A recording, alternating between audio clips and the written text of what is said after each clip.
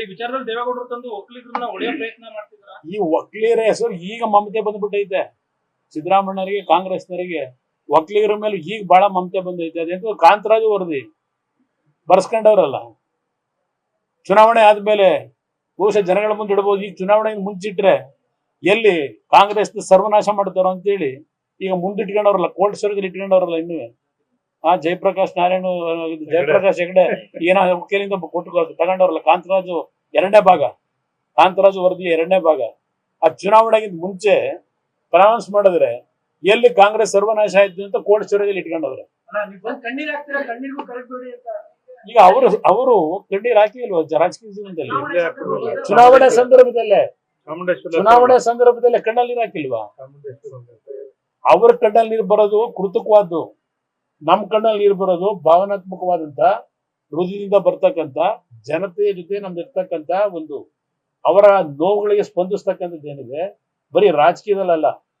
ನಾನು ಮುಖ್ಯಮಂತ್ರಿ ಇದ್ದಾಗ ಈ ಎರಡನೇ ಬಾರಿ ಬಿಟ್ಟಾಕಿ ಮೊದಲನೇ ಬಾರಿ ಮುಖ್ಯಮಂತ್ರಿ ಇದ್ದಾಗ ಜನತಾ ದರ್ಶನ ಮಾಡ್ತಾ ಇದ್ದಲ್ಲ, ಬೆಳಗ್ಗೆ 9 ಗಂಟೆ ಪ್ರಾರಂಭ ಮಾಡಿ ರಾತ್ರಿ 12:30 1 ಗಂಟೆ ಆ ಬರ್ತಕ್ಕಂಥ ಬಡವರು ನೋಡಿ ಕಣ್ಣಲ್ಲಿ ನೀರು ಹಾಕಿರೋನು ನಾನು. ಯಾವುದೋ ರಾಜಕೀಯ ತೆವಲಿಗೆ, ರಾಜಕೀಯದ ಲಾಭಕ್ಕೆ ನಾನು ಕಣ್ಣಲ್ಲಿ ನೀರು ಹಾಕೋನಲ್ಲ. ಇವ್ರ ರೀತಿನ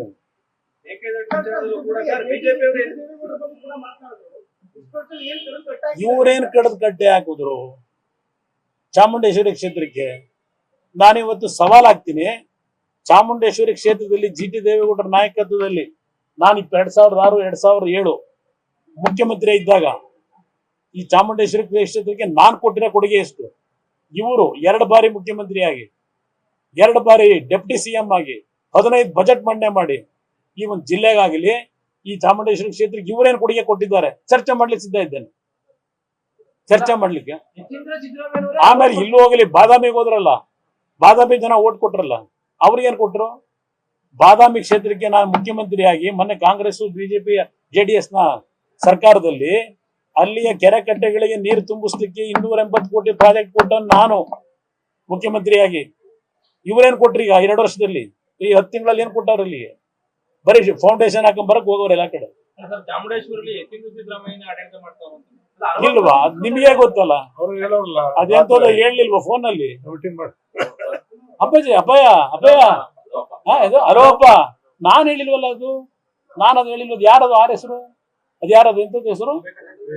ವಿವೇಕಾನಂದ ಹೇಳಿದ್ರಲ್ಲ, ಏನದು?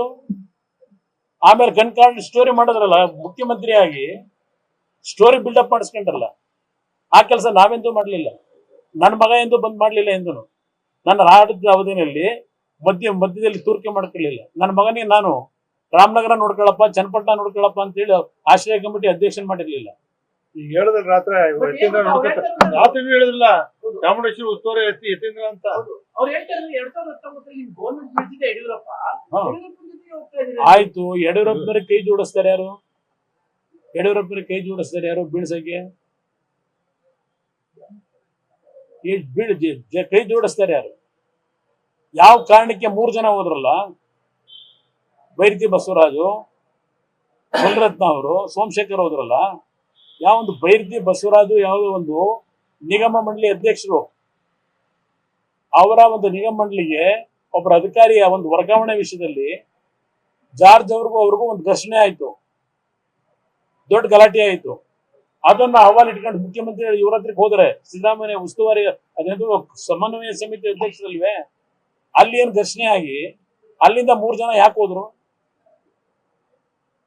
ಯಾಕೆ ಹೋದ್ರು? ಅವ್ರು ಕೇಳ್ಬೋದು, ನನ್ನ 3 ಜನ ಶಾಸಕರು ಹೋಗ್ಲಿಲ್ವಾ ಅಂತ ಹೇಳಿ. ಅದಕ್ಕೆ ಇವರ ಚಿತಾವಣೆ, ಇವ್ರ ಚಿತಾವಣೆಯಿಂದಲೇ ಹೋಗಿದ್ದು. ಅದರಿಂದ ಮುಗಿದೋಗಿದೆ. ಅದು ಸಿದ್ಧವನದಲ್ಲೇ ಸಿದ್ಧ ಔಷಧ ಮಾಡಿರ್ಲಿಲ್ವಾ? ಸಿದ್ಧವನದ ಸಿದ್ಧ ಔಷಧ ಆಗ್ಲೇ ಮಾಡ್ಬಿಟ್ಟಿದ್ರು, ಅರ್ದ್ಬಿಟ್ಟಿದ್ರು ಅಲ್ಲಿ ಕೂತ್ಕೊಂಡು, ಹೇಗೆ ಯಾವ ಟೈಮಿಗೆ ತೆಗಿಬೇಕು ಅಂತ ಹೇಳಿ. ಇವತ್ತು ಭಾಷಣ ಮಾಡ್ತಾರೆ JDS ಸತ್ತೋಗ್ಬಿಟ್ಟೈತಂತೆ, JDS ಜಾತ್ಯತೀತ ಹೆಸರು ಕಿತ್ತಾಕ್ಬೇಕಂತೆ. ನ್ಯೂಸ್ ಫಸ್ಟ್, ನಿರ್ಭೀತಿಯಿಂದ ನಿಮ್ಮ ಪರವಾಗಿ.